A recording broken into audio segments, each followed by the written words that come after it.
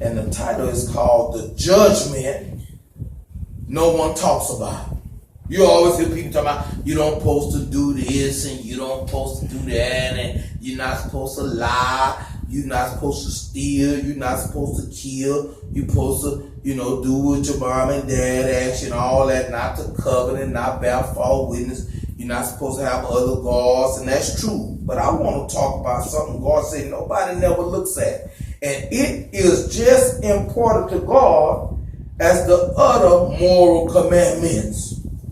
I want to talk about from a topic, the judgment no one talks about. And that is, I also want to remind you that I speak for God and I have nothing to gain but everything to lose. Amen. I say that I speak for God. I have nothing to gain but everything to lose. Amen. I want to talk about the judgment that no one talks about. How many of you know God always constantly looking at and monitoring our attitude? Yes, your attitude. Amen. And what is your attitude? Your heart, your mind. How many of you ever heard people say, man, his heart ain't right? Amen. Or man, her heart ain't right? Or man, their heart ain't right? Yes. Which means they got some messed up way of thinking. Amen. And God is constantly looking at your attitude toward him and towards life.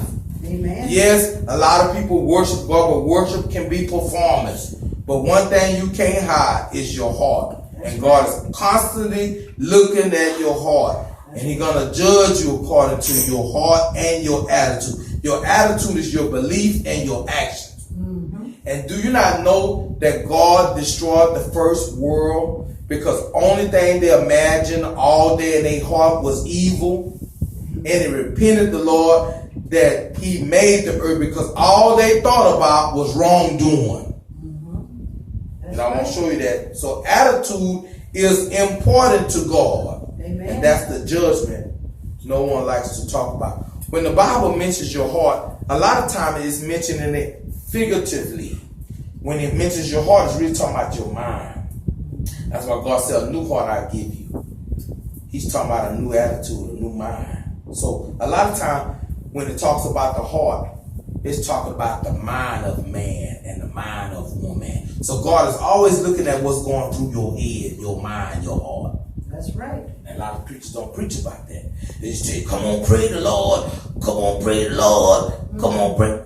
But God is looking at your attitude when you praise. Your attitude when you praise is more important than what you praise him. There you go. He's looking at your attitude. That's right. Amen. So I want to remind you that I speak for God. I have nothing to gain but everything to lose. God desires our worship. Listen at this. I already know I'm not going to finish. God desires our worship and our praise. He even wants us to be thankful. But there's another side of God that no one likes to talk about, and it seldom mentions. And he is constantly monitoring our attitude toward him and life circumstances. Now, how do I know that? Because the word heart is written 830 times in the entire Bible, which is talking about the mind of man. And sometimes it's talking about the heart that's in our chest, but seldom. It's mainly talking about when the heart is mentioned, he's talking about the mind frame. In the Old Testament, it's mentioned 725 times. In the New Testament, it's mentioned 105 times. That's a total of 830 times. Anything you say 830 times is important to you. That's right. Amen. But you very seldom hear sermons like this preached. That's what I'm telling you. We small, but we blessed. Amen. Amen. Amen. You're going to get the truth. And you shall know the truth. And the truth going to what? Make you free. We can come here and dance, shout, and everything. But if I don't preach you wholesome sermons, wholesome words, you're still going to be lost. So change your attitude in everything. And that's what them supervisors look at. That's what determines if you're going to get a raise. Or the boss looking at your performance. And your performance is really your attitude. That's right. Because if you don't like being there, you ain't going to perform right. That's right. Kids that don't like school stay in trouble. Notice I say, kids that don't like school stay in what? Trouble. Because they don't want to be there. So their attitude towards school, what? Sucks. But if they love school and like going to school, they probably going to be good kids. Amen? Because attitude is very important. Even in marriage, relationship, if you don't care about your appearance, you're going to just put on any kind of old raggedy clothes. Amen. Huh? You don't care about your house, you ain't going to take care of it. You don't care about yourself, you ain't going to take care of yourself. Your attitude determines everything. God is constantly monitoring our attitude. Yeah, he know people come to church and worship, but worship can be performance. Amen. Because if your heart ain't right when you lift your hands, God ain't receiving it no more. That's right. Amen. Amen. That's why I tell people, even when you give your best gift, because if you don't want to give nothing, it's better to keep it, because God said your heart wasn't right when you gave it. That's right. Amen. That's not the amount you give, it's the attitude you have when you give it. That's right. And that's what it is about everything with God. Amen. But you very seldom hear this mentioned in the church. They always want you to, don't be shacking and shouting. Stop all that sleeping around and all that other. But what about the attitude? Amen. Your attitude is very important to God. That's right. Amen. Amen. There's a scripture that says, as a man thinketh, so is he. Mm-hmm. That's right. He's constantly monitoring our attitude. Mm-hmm. Just like me, I worked last night. And I had to come in here and preach. Regardless of who came, I had a sermon ready. And God said, do it with dignity and pride. That's right. Amen. Just because there's a few people, I can't give you a watered down sermon. 3 little pigs, Mary had a little lamp, let it go on. Amen. No. I got to preach like I'm preaching to Jesus. Amen. Amen. Amen. Worship can be performance. Just because we say thank you don't mean we're grateful. That's right. You got a bunch of people, you do something for them, they say thank you. Mm-hmm. You see how I did it? Thank you. Amen. You saying thank you, but you really don't what? Mean it, because your attitude don't match your gratitude. Oh, I'll say that again. Amen. I say you saying thank you, but you gotta act that thank you. Amen. So your attitude don't match your what? Gratitude. So God ain't gonna see that. Amen. See, we can do people like that, but we can't do God. If you don't want to come, don't come. Come tell you, gonna look at your attitude. That's right. And it's just like you wasn't there because you don't want to be there because your heart wasn't there. Amen. So I got to make sure that our attitude is right. Whether we come here or not, where we go out in this world, our attitude got to be right, because we still God's children. Even when we go to work and when we go to school and when we go grocery shop, we still God's children. That's right. Amen. So the judgment that no one wants to talk about is God is constantly monitoring your attitude. Amen. Your attitude is very important to God, more than your worship, because your heart is not right. Because if your heart is not right, then nothing else matters to him, because attitude governs all your actions. Amen. That's why your attitude is very important to God, because if your heart ain't right, everything you do gonna be corrupt. Mm-hmm. You gonna help people, but you help them because you want something. That's right. But it look like you're a nice person, but you're really not a nice person, because you're only doing it because you want something out the deal. Amen. But when you help somebody expecting nothing in return, that's the attitude God is looking for. That's Christ-like. Amen. Thank you. Mm-hmm. You've seen people do that. Mm-hmm. You say, tell them thank you. They say, thank you, sir. Amen. If I got to tell you to tell somebody thank you, you didn't really want to what? Say it. Amen. Amen. That's just like you come to church and the pastor, not this church because y'all love God, but some church you go to the pastor and say, come on, lift your hand. They go, Amen. you think God want that kind of worship, all that he done for you, died for you, and you come to church and you know. But I bet you when we go to the skating rink, the roller rink, or the movies, or Splash Town, I bet you when we ride them roller coasters, when we go to Six Flags, I bet them hands be in there. Amen. And God said, look at that. They more happy at Six Flags than when they go to church. And God said, Attitude is everything. Amen. Listen, how important is the attitude to God? It's very important. God destroyed the first world because their thoughts were only evil. All they thought about was wrongdoing. That's right. Let's look at Genesis chapter 6, verse 5. Look at your neighbor and say, he ain't going to hold you long. We're going to have to finish this next week because thank you. Y'all ain't going to forget that. So next time you do something for one of your friends, and if they say, thank you, Miss Keisha, I really appreciate you buying me a pencil. And you can say, you're welcome. But if they say, thank you, then you know they really didn't what? Mean it. Amen. But don't tell them. My pastor talked about people. Don't say that. Just say, pray for them. When you get away, just pray for them. Amen. Amen. Look at Genesis chapter 6, verse 5. This is serious. Genesis chapter 6, verse 5, when you find say, bless his name. Look what it said. And God saw the wickedness of man was great in the earth, and that every imagination of his thoughts, of his what? Heart, was only what? Evil continually. See, he was looking at their heart and said, these people ain't right. Amen. And he repented that he made the earth. Amen. He knew, talking about God, that man would always do contrary to his will, because good is not evil. Because God is not evil, but God is what? Holy. He knew as long as they had that attitude, he was going to get nothing done through them. Because all their focus was evil. And God is not evil, but God is what? Holy. So he constantly monitors our attitude in the areas we claim loyalty and commitment. So if you claim to be loyal to God and committed to God, then he's going to constantly monitor your attitude and your commitment to him. Amen. Every time it's time to worship, he's going to look at your attitude. Every time it's time to party, he's going to look at your attitude so he can judge the two. Oh, they get more excited when the Lion King comes on than when Baby Jesus story comes on. So he knows that according to your own attitude, where your heart really is. That's right. He don't judge us unfairly. He judges us according to our attitude. Amen. And that's the judgment no one wants to talk about. See, God knows that man likes to look on the outward appearance.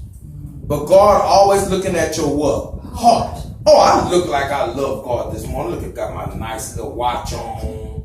I got my little ring on, my 2 little ring. Put on his cologne, my nice little church shirt. Look at the next thing he got on his church shirt. He got on his church shirt. Look like I love God, huh? I got cologne. But God gonna look at your what? Heart. You can look churchy and act churchy, but is your heart right? God gonna always look at your what? Heart. But man look at the outward appearance. That's right. Amen. Amen? Amen. How do I know? I want to show you. Go to 1 Samuel chapter 16. See, man look on the outward appearance. I've had people told me before, you look like a preacher, even though I am one, but they just say you look like one. I could be Satan. They don't know that. Amen. Amen? Amen. 1 Samuel 16 verse 7.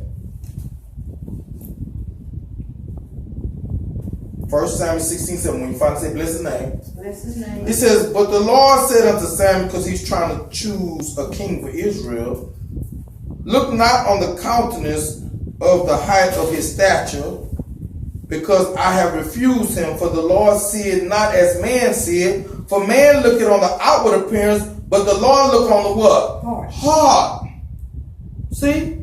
They wanted to choose one of David's brothers to be the king simply because he was tall. Because they wanted a tall king. God said, nah, don't be picking no king to run this country just because he's tall. They was looking at because how tall he was. But God was looking at his heart. Amen? Amen. Listen, in order to be useful to God and receive his blessings, we must have a change of heart and take on a new attitude. In order to be used by God and to receive his blessings, we must have a change of heart and take on a new attitude. Because naturally, our heart, if we're not converted or transformed, is wicked. How do I know that? Jeremiah 17:9. Jeremiah chapter 17, verse 9. When you finally say bless his name.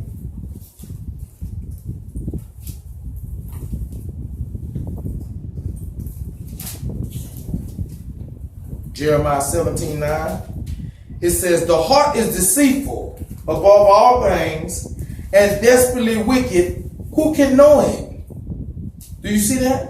That's why in order to receive the blessings from God, we must have a change of heart and a new attitude. Now let's turn to Psalm 51:10.